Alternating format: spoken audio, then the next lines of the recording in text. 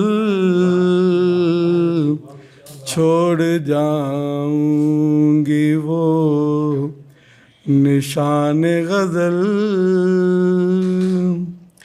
میرے رب کا ہوا کرم مجھ پر، میرے رب کا ہوا کرم مجھ پر، مجھ پہ کھولا گیا جہان غزل، مجھ پہ کھولا گیا جہان غزل، مجھ کو لکھتا ہے جب وہ جان غزل، شور اٹھتا ہے درمیان غزل۔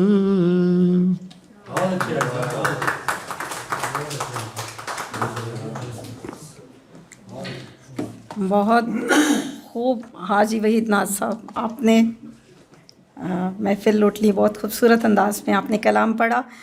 میں عمران ہاشمی صاحب کا یا اس پہ رائٹ اپ لکھا ہوا ہے وہ پڑھنا چاہوں گی۔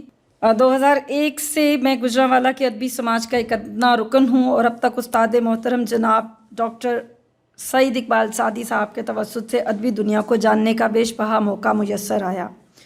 فرحانہ عنبر اس تمام مدت میں رونما ہونے والی ایسی عمدہ شاعر ہیں جنہوں نے دیکھتے ہی دیکھتے نہ صرف گجرانوالہ بھر کو اپنا گرویدہ بنا لیا، بلکہ ملکی اور بیرون ملکی سطح پر بھی جانی پہچانی جانے لگی ہیں۔ ایک تو ان کی شاعری تازہ کاری، ندرت، لگن، وارفتگی اور نغمگی سے مزین ہے، اور اوپر سے ان کا ترنم بھی اپنی ایک الگ حیثیت رکھتا ہے۔ ان سے پہلے گجرانوالہ میں شاعرات میں ترنم کا کوئی رجحان نہیں پایا جاتا، یا کم از کم میرے سننے میں تو نہیں آیا۔ شاعری جو کہ بالعموم نغمگی کی بدولت ہی پروان چڑھتی ہے اور سنورتی ہے، اور قدرت نے ان کو یہ وصف بخوبی عنایت کیا ہوا ہے۔ میں نے ذاتی طور پر محسوس کیا کہ جب آپ ادبی منظرنامے پر موجود ہوں اور مشاعروں میں شرکت کرتے ہیں، شعر سناتے ہیں، تو اس میں آپ کی شخصیت کا بیش بہا حصہ ہوتا ہے، جو آپ کو اچھا شعر کہنے اور پیش کرنے میں بے حد معاون ثابت ہوتا ہے۔ ہمارے بہت سے شاعر اور شاعرات اپنی بری پیشکش کی وجہ سے بھی اپنے جوہر کو ضائع کر بیٹھتے ہیں۔ کئی تو ایسے بھی سنے گئے ہیں جنہیں اپنے لکھے ہوئے کا بھی درست تلفظ ادا کرنا نہیں آتا۔ ایسے میں فرحانہ عنبر صاحبہ کا مزاج، جو کہ اپنے پس منظر میں اچھا خاصا ادبی، شعری اور نغمہ آمیز ہے، انہیں ان کی شعری تخلیقات کو بجا طور پر اور احسن طریقے سے پیش کرنے میں معاونت کرتا ہے۔ بہت جلد انہوں نے اپنی شعری اہمیت کو اجاگر کر لیا ہے، اور اب ان کی کتاب بھی شائع ہو کر آپ کی توجہ اور تحسین حاصل کرنے میں کامیاب ہوگی۔ میں سمجھتا ہوں اگر انہوں نے اسی طرح لگن اور مشق سخن کو برقرار رکھا تو بہت جلد وہ ملکی سطح پر اور ساری اردو دنیا میں اپنا مقام پا لیں گی، اور یوں ہم گجرانوالہ کی اس بہترین شاعرہ پر بجا طور پر فخر کریں گے۔ اگر ان کی شاعری کے خاص نمایاں پہلوؤں کو بیان کیا جائے تو وہ زندگی کی طرف سے ملنے والی ہر نعمت اور ہر دکھ کو بیان کرتی ہیں۔ وہ میرے نزدیک ایک بہترین حساس دل کی مالک ہیں اور زندگی کی ایک بہترین تجزیہ نگار شاعرہ ہیں۔ ہمارے سماج میں، جو کہ ابھی میچور ہونے کی صورت میں بہت وقت لگے گا، ایسی خواتین ہی اپنے مستقبل کی درست تصویر کشی کر سکتی ہیں۔ بزبان شعر جو تجربات و حوادث بیان کیے جاتے ہیں، دراصل وہی سچی تصویر اور حقیقی تاریخ ہوتی ہے، اور فرحانہ عنبر صاحبہ انہی صاحب قدرت سخن نگاروں میں سے ایک ہیں۔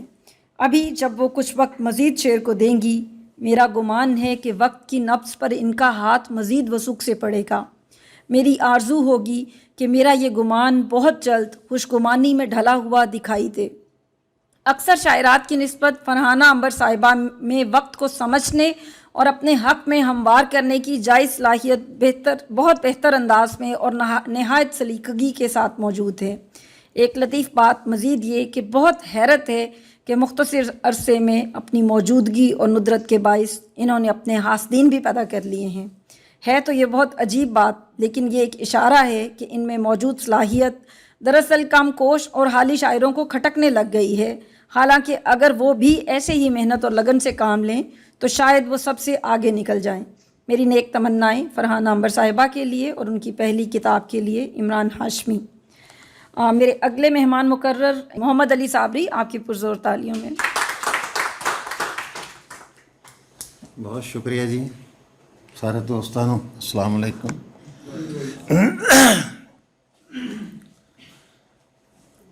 فرحانہ عنبر کے بارے میں اپنے ہی ایک شعر سے گفتگو کا آغاز کروں گا کہ کرب سہ کر دماغ اگلتا ہے، کرب سہ کر دماغ اگلتا ہے، یوں ہی لفظوں میں جان نہیں آتی۔ حقیقت یہ ہے کہ میں نے ابھی چند ہی مہینے پہلے ان کو دیکھا، فرحانہ عنبر کو ملاقات ہوئی۔ ان کا نام اور جی میرے علم میں پہلے نہیں تھیں، یہ سچی بات ہے۔ تو بھلا ہو ہمارے بھائی کا، وحید ناز کا، انہوں نے کہا کہ جی پاک برٹش آرٹس کے مشاعرے میں فرحانہ عنبر کو بلانا ہے۔ تو میں نے کہا کہ پاک برٹش آرٹس کا جو ہے نا مشاعرہ، وہ آپ کی حمیدہ شاہین اچھی طرح جانتی ہیں، الحمدللہ اچھا ہوتا ہے۔ تو کہنے لگے جی ان کو بلانا ہے۔ میں نے کہا یار شاعرہ کیسی ہیں؟ جیسے ہماری روایت ہے پوچھنے کی کہ اسٹیج پہ کوئی بیٹھے ہوں لوگ تو ذرا نمایاں ہی ہوں تو اچھے لگتے ہیں، اسی جیسے ہم صدارت کا انتخاب کرتے ہیں کہ وہ بھی کسی اچھے آدمی کو آگے لاتے ہیں۔ تو مجھے جب انہوں نے کہا کہ جی فرحانہ عنبر کو لانا، کہ میں نے کہا کیسی شاعرہ ہیں؟ کہنے لگے جی اپنے منہ سے کیا کہوں، کسی اور سے پوچھ لو۔ میں کہ نہیں یار ایسی بات نہیں ہے، جب آپ جانتے ہیں، اور یہ میری لاہور ٹیم کے عہدیدار بھی ہیں، نائب صدر ہیں لاہور ٹیم کے، تو میں نے کہا کہ آپ خود سمجھدار ہیں، آپ ان کو بلائیں، اگر آپ کی نظر میں وہ اچھی ہیں، اچھا بولتی ہیں، اچھا شعر کہتی ہیں، تو ان کو آنا چاہیے، بلانا چاہیے، ہماری بزم کی رونق بنے گی۔ خیر ان کو دعوت دی گئی، میرے پاس بھی نمبر آ گیا ان کا۔ تو جب پہلے دلیلیں آ چکی تھیں ان کے بارے میں تو مجھے پوچھنے کی کیا ضرورت تھی، دعوت دی، آ گئیں، تو پھر آ گئیں تو چھا گئیں۔ تو مجھے بڑی خوشی ہوئی، بہت خوشی ہوئی کہ گجرانوالہ میں کوئی فرحانہ عنبر ہے، جبکہ میں پہلے 2-3 دفعہ گیا ہوں وہاں پہ، 1-2 مشاعروں میں، بڑی دیر کی بات ہے، مشاعروں میں بھی اٹینڈنس دی اپنی۔ تو اس وقت ان کا نام نہیں تھا، یہ ہمارے بہت بعد میں آئی ہیں، لیکن اچھی آئی ہیں۔ تو جو دیکھو کتاب تو میں نے دیکھی نہیں، لیکن جب سنتے ہیں نا کسی کے بارے میں، ان کو میں نے سنا ہوا ہے، ان کی کتاب میں میں جتنی بھی اچھائیاں بیان کروں گا تو وہ بہت زیادہ ہوں گی۔ تو کوشش یہی ہے کہ کسی بھی آرٹسٹ کو، شاعر کو، شاعرہ کو جب اللہ پاک توفیق دیتا ہے کچھ کرنے کی، تو وہ یقیناً فرحانہ عنبر جیسے لوگ نکلتے ہیں۔ تو مجھے ان کے بارے میں یہ کہتے ہوئے کچھ عار نہیں ہے کہ یہ ایک واقعی اس دور کی خوبصورت شاعرہ ہیں. ان کے کلام میں سادگی اور معنویت دونوں چیزیں بدرجہ اتم پائی جاتی ہیں. تو جیسے میں نے کہا تھا کہ یوں ہی لفظوں میں جان نہیں آتی، واقعی دماغ جو ہے نا بہت کچھ پہلے کریدتا ہے، اپنے آپ کو صرف کرتا ہے، خرچ کرتا ہے. تو ان کے ایک ایک شعر میں جب یہ ترنم کے ساتھ پڑھتے ہیں، دیکھو ایک تو شعر اچھا ہے اور پھر اوپر ترنم اچھا ہو، تو یار تالیاں تو بنتی ہیں نا اس کے لیے. تو میں یقیناً دل سے ان کی قدر کرتا ہوں.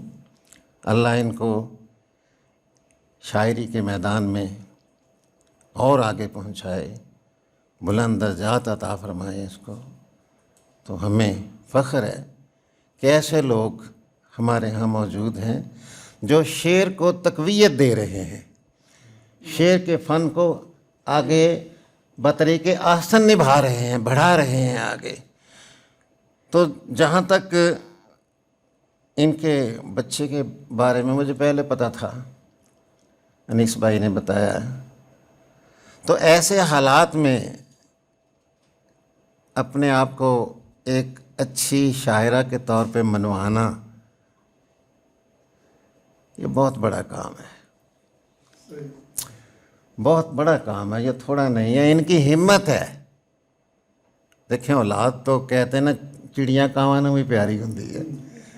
اپنی اولاد کو چھوڑ کے آنا، اور جو اس کے بغیر کھانا بھی نہ کھاتا ہو، کسی اور کے ہاتھ سے کھانا بھی نہ کھاتا ہو.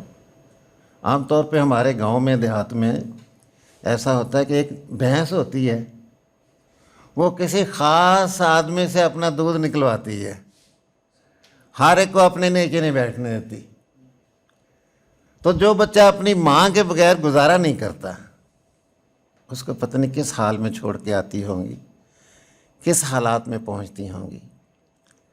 لیکن میں ان کو داد دیتا ہوں کہ وہ سارے کام دنیا کے آسان طریقے سے نبھا رہی ہیں، اور شاعری میں بھی اپنا ایک نام منوا لیا ہے نا تھوڑے عرصے میں.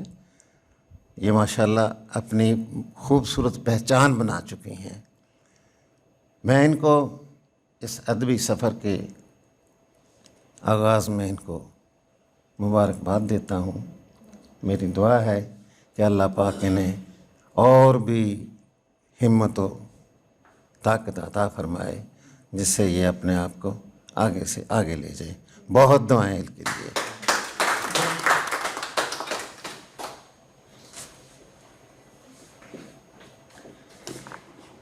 بہت شکریہ سر.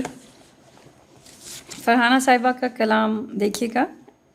ایسے آزار نہیں پالے ہیں، عشق بیکار نہیں پالے ہیں، آستینوں میں جگہ دی ان کو، مفت میں یار نہیں پالے ہیں. جو کہانی میں بغاوت کر دیں، ایسے کردار نہیں پالے ہیں. زندگی ہم نے محبت جیسے کار دشوار نہیں پالے ہیں. ایک ہی عشق ہمیں کافی رہا، رنج سو بار نہیں پالے ہیں. ہم نے پھولوں کی نگہبانی کی، روح میں ہار نہیں پالے ہیں. روح تک پھیل گئے ہیں عنبر، زخم دو چار نہیں پالے ہیں. ایسے ہی بہت خوبصورت اشعار کا یہ مجموعہ ہے. پورے کی پورا اب جہاں سے صفحہ رینڈملی پلٹتے ہیں ہم، کتاب کا کوئی بھی صفحہ نکالتے ہیں اور بس دل چاہتا ہے کہ اسے پڑھتے چلے جائیں، اور شاید یہ میرے لیے ہی لکھا ہے، شاید یہ مجھے ہی میری ہی دل کی کیفیت ہے جسے رقم کیا گیا ہے. اب میں اپنے اسٹیج پہ بیٹھے ہوئے مہمانوں کی طرف پڑھتی ہوں. ہماری آج کی تقریب کے مہمان خصوصی خالد ندیم شانی صاحب معروف شاعر ہیں، بات کرنے کا سلیقہ جانتے ہیں، محفل لوٹ لینے کے فن سے خوب واقف ہیں، ہمارے بڑے پیارے شاعر ہیں، اور ہمارے یہاں مشاعرہ میں اب سوچتی ہوں ان کے بغیر تو ہو ہی نہیں سکتا. خالد محمود شانی صاحب.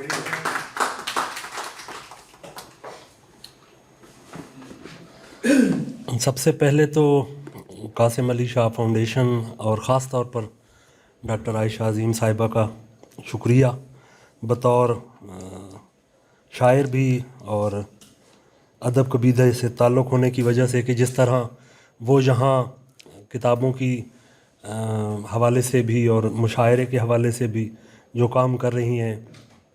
اس کے علاوہ بھی جو ان کا ادبی کام ہے وہ ہماری روز ہمارے جو معتبر لوگ ہیں ان سے داد وصول کر رہا ہوتا ہے. ہمیں بہت خوشی ہوتی ہے. اور معاصر کے حوالے سے بھی آپ کی جو کاوشیں ہیں تو آپ کا بہت شکریہ کہ آپ یہ مواقع فراہم کرتی ہیں کہ جیسے آج مضافات کی، میں سمجھتا ہوں کہ مضافات ہی کہوں گا میں گوجرانوالا کو، کہ وہاں کی ایک شاعرہ کو آپ نے جہاں اس کی عزت افزائی کی، تو اس قاسم علی فاؤنڈیشن اور ڈاکٹر عائشہ کے لیے ایک خصوصی کلیپ بنتی ہے. تو اب فرحانہ عنبر صاحبہ گوجرانوالا سے تعلق ہے. بہتر تو یہی تھا کہ یہ اچھے پائے بنانے اور بہتر پلاؤ بنانے کی تراکیبیں لوگوں سے پوچھتیں، کیونکہ وہاں یہی کلچر ہے. وہاں انہوں نے اتنے خوبصورت شعر لکھے اور خوبصورت شاعری ہم تک پہنچائی. اس کے لیے بھی ہم ان کا شکر گزار ہیں کہ اس ماحول میں رہتے ہوئے انہوں نے اتنی خوبصورت شعر کہے. فرحانہ عنبر صاحبہ بطور شاعرہ، دوستوں نے بھی بات کی، ڈاکٹر عائشہ صاحبہ نے بھی، اور ان مضامین بھی پڑھے گئے، اور سب سے بہتر انداز میں تو آپا حمیدہ شاہین موجود ہیں. ان کی رائے سند کی حیثیت رکھتی ہے تو ہم ان کو سنیں گے. تو میں ان کے پہلے مجموعے کو خوش آمدید کھلی باہوں سے، اور کتاب چونکہ میں پہلے بہت چھپنے سے بھی پہلے میں دیکھ چکا ہوں، تو میں یہ اس کہنے میں مجھے کوئی آر نہیں کہ اول غزل سے لے کر آخری تک آپ کو شاندار اشعار سے مزین یہ مجموعہ ہے. ہر جگہ آپ کو واقعی جیسے ڈاکٹر عائشہ فرما رہی تھیں کہ کہیں نہ کہیں ہر دوسرے صفحے پر آپ کو ایسا شعر ضرور مل جاتا ہے جس پہ لگتا ہے کہ یہ میرے لیے کہا گیا ہے، یہ میرے جذبات کی ترجمانی ہے. تو اتنے سارے لوگوں کی ترجمانی کرنا کچھ آسان کام نہیں ہوتا. اس کے لیے بہت سا درد سہنا پڑتا ہے، بہت سا مشاہدہ چاہیے ہوتا ہے. اس کے بیک گراؤنڈ میں آپ کی بہت سارے جذبوں کی فراوانی ہوتی ہے، تخیل کا بہت کچھ، اس کی تخیل کی پرواز ہونی چاہیے. تو میں سمجھتا ہوں کہ انہوں نے یہ مجموعہ کوئی اتنی جلد بازی میں نہیں دیا. میں نے اس کے فلیپ پر بھی اسی لیے لکھا تھا کہ عموماً جو ہوتا ہے کسی بھی کتاب کی تقریب رونمائی ہوتی ہے تو اس کا بڑے اچھے الفاظ سے خیر مقدم کیا جاتا ہے، حوصلہ افزائی کی جاتی ہے. لیکن فرحانہ عنبر کا یہ جو مجموعہ ہے اس کا مجھے روایتی خیر مقدم نہیں کرنا، کیونکہ اس مجموعہ کی شاعری نہ صرف نسائی جذبوں کی کوملتا لیے ہوئے ہے بلکہ معاشرتی شعور کے روشن چراغوں سے بھی بھری ہوئی ہے. اور خوشگوار امر یہ رہا کہ یہ مجموعہ شعری محاسن اور پختگی کا احساس بھی لیے ہوئے ہے.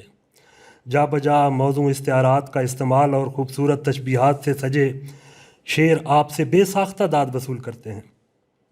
پہلے مجموعہ ہی میں ثنائے بدائے کا برجستہ اور برمحل برتاؤ اور تلازماتی اور تلمیحاتی رچاؤ ہمیں فرحانہ عنبر کے باہنر ہونے کا ثبوت فراہم کرتا ہے. اس مجموعے کا تھیسس محبت ہے اور محبت فاتح عالم ہے. تو مجھے پورا یقین ہے کہ یہ مجموعہ اہل علم و ادب سے ضرور اپنا آپ منوا لے گا.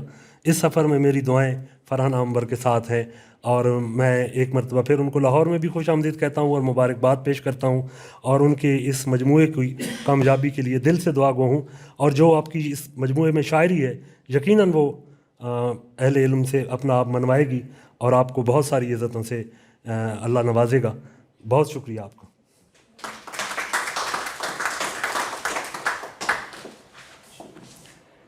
بہت شکریہ سر. مختصر لیکن جامع بات کی آپ نے کتاب پر، فرحانہ عنبر صاحبہ کی شخصیت پر.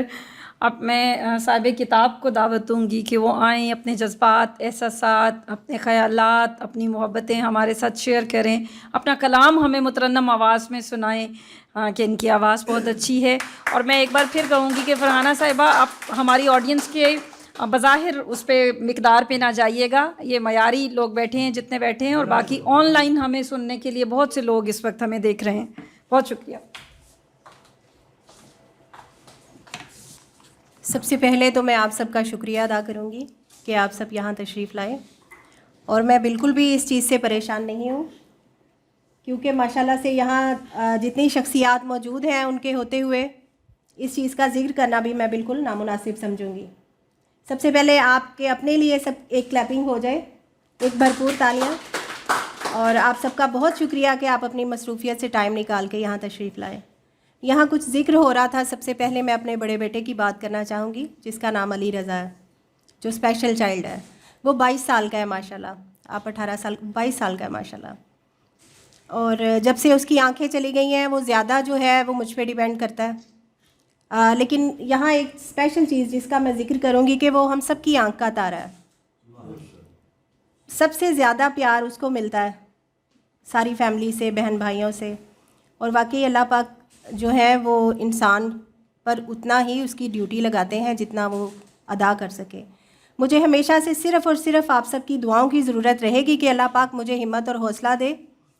اور شاعری کے سفر میں جو سب سے اہم کردار جس کا میں ذکر کرنا چاہوں گی وہ میرے ہسبینڈ ہیں, جن کے ذکر کے بغیر یہ شاعری نامکمل ہے.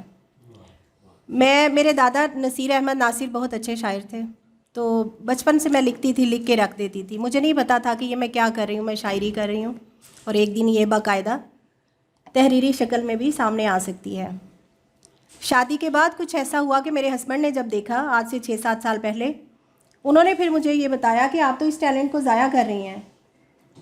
تو انہوں نے پھر یہ کمٹمنٹ کی کہ علی کی ڈیوٹی میں ادا کیا کروں گا, آپ مشاعروں پہ جائیں گی تاکہ آپ کا یہ ٹیلنٹ ضائع نہ ہو. اور اس سفر میں میرے ساتھ اور بہت سے مخلص دوست, مخلص لوگ ہیں جن کے ساتھ کے بغیر شاید میں یہ سفر اچھے طریقے سے طے نہ کر سکتی. تو اب جس دن میں نے مشاعرے پہ آنا ہوتا ہے, میرے ہسبینڈ کہتے ہیں کہ وہ کلینک نہیں کھولتے, پھر اس دن وہ ٹوٹل ایک ماں کی طرح کردار ادا کریں گے علی کو گود میں لے کے. اور میں مشاعرہ پڑھ کے یا پروگرام اٹینڈ کر کے فوراً پھر واپس چلی جاتی ہوں. تو بے شک یہ سب ایک ٹیم ورک کی طرح ہے. تو آپ سب کے تعاون کی, آپ سب کی ہمدردیوں کی اور خلوص کی ہمیشہ سے ضرورت رہے گی مجھے. اور آپ کے لیے دعاگو ہوں اور یہ سوچتی ہوں کہ آپ بھی مجھے ہمیشہ اپنی دعاؤں میں یاد رکھیں گے. یہ میرا نقش اول ہے چلے آؤ نا. آپ سب نے یہاں جتنا ذکر کیا میرے کلام کے بارے میں, میری کتاب کے بارے میں, اس کے لیے بھی میں تہہ دل سے آپ کی شکر گزار ہوں کہ آپ کے پسندیدگی کے لیول تک یہ کتاب پہنچی ہے, یہ کلام پہنچا ہے. اور انشاءاللہ آئندہ بھی آپ کے ساتھ کی اور دعاؤں کی اسی طرح ضرورت رہے گی. اور میرے خیال میں اب بغیر وقت ضائع کیے تھوڑا سا کلام آپ لوگوں کی نظر کرنا چاہوں گی. اس کے بعد ایک بات جو سب سے اہم ہے, اس ادارے کا شکریہ ادا کروں گی, ڈاکٹر عائشہ آپ کا شکریہ ادا کروں گی, اس انسٹیٹیوٹ کا شکریہ ادا کروں گی کہ جنہوں نے اس خوبصورت محفل کا انعقاد کیا آج یہاں. آپ سب کا بھی بہت شکریہ. اور صاحب صدر کی اجازت سے, میم آپ کی اجازت سے اپنے کچھ اشعار آپ کی سماعتوں کی نظر کروں گی. خود شناسائی چھین لیتا ہے, خود شناسائی چھین لیتا ہے, ہجر بینائی چھین لیتا ہے. بہت شکریہ. خود شناسائی چھین لیتا ہے, ہجر بینائی چھین لیتا ہے, اور مفلسی کا عذاب چہروں سے, مفلسی کا عذاب چہروں سے, ہائے رانائی چھین لیتا ہے. بہت شکریہ, بہت شکریہ. اور کیسا دستور ہے جو روٹی بھی, کیسا دستور ہے جو روٹی بھی مطلق آئی چھین لیتا ہے. اور جب بھی حق سچ کی بات کہتی ہوں, جب بھی حق سچ کی بات کہتی ہوں, وقت گویائی چھین لیتا ہے. بہت شکریہ. اور کیسا فتنہ ہے مال و زر عنبر, کیسا فتنہ ہے مال و زر عنبر, اپنی ماں جائی چھین لیتا ہے. اور مفلسی کا عذاب چہروں سے, ہائے رانائی چھین لیتا ہے. بہت شکریہ. اور اس کے بعد مزید کچھ اشعار آپ کی خوبصورت سماعتوں کی نظر کروں گی. جب وہ کہتا ہے مجھ کو جانے غزل, جب وہ کہتا ہے مجھ کو جانے غزل, شور اٹھتا ہے درمیان غزل. ابھی آپ نے اس کو بڑی خوبصورتی سے گنگنایا بھی. اور جھوم اٹھتے ہیں عاشقان غزل, جھوم اٹھتے ہیں عاشقان غزل, چھیڑ دوں میں جو داستان غزل. اور میرے رب کا ہوا کرم مجھ پر, میرے رب کا ہوا کرم مجھ پر, مجھ پہ کھولا گیا جہان غزل. بہت شکریہ. میرے رب کا ہوا کرم مجھ پر, مجھ پہ کھولا گیا جہان غزل. اور مجھ کو اہل زبان کہتے ہیں، مجھ کو اہل زبان کہتے ہیں، جانتی خوب ہو زبان غزل. بہت شکریہ. اور ایک مدت سے منتظر ہوں میں، ایک مدت سے منتظر ہوں میں، حجلائے جام ہو اذان غزل. بہت شکریہ. اور آنے والے بھی فیض لیں جن سے، آنے والے بھی فیض لیں جن سے، چھوڑ جاؤں گی وہ نشان غزل. بہت شکریہ. اور میرے مصرے شبیہ ہیں میری، میرے مصرے شبیہ ہیں میری، درد میرا ہے ترجمان غزل.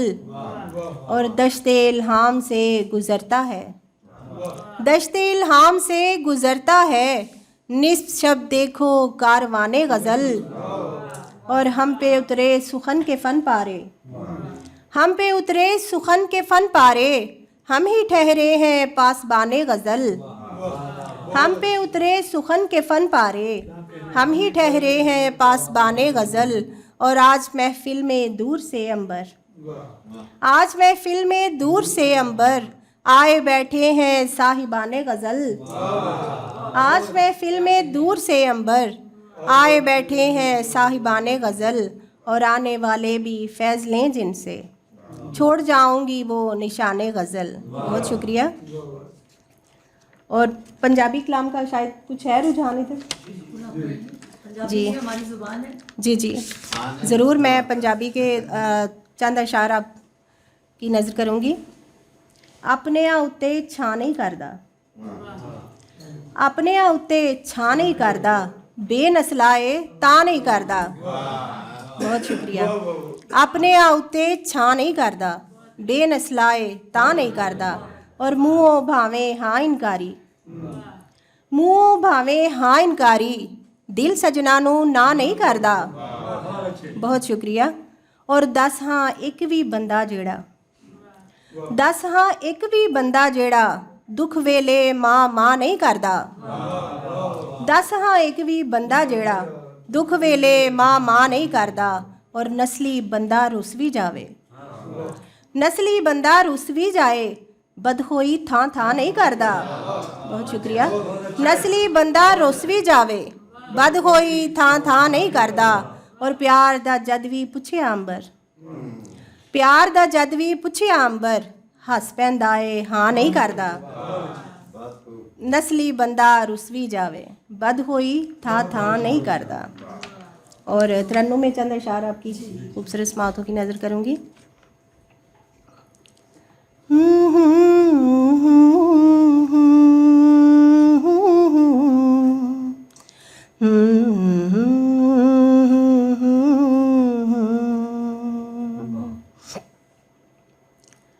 سہانے خواب کی تعبیر جیسا، سہانے خواب کی تعبیر جیسا، وہ میرے پیار کی تصویر جیسا،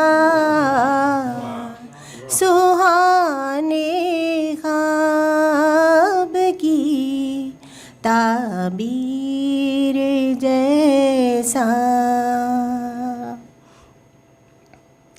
اسے میری کتاب زندگی میں، اسے میری کتاب زندگی میں خدا نے لکھ دیا تقدیر جیسا،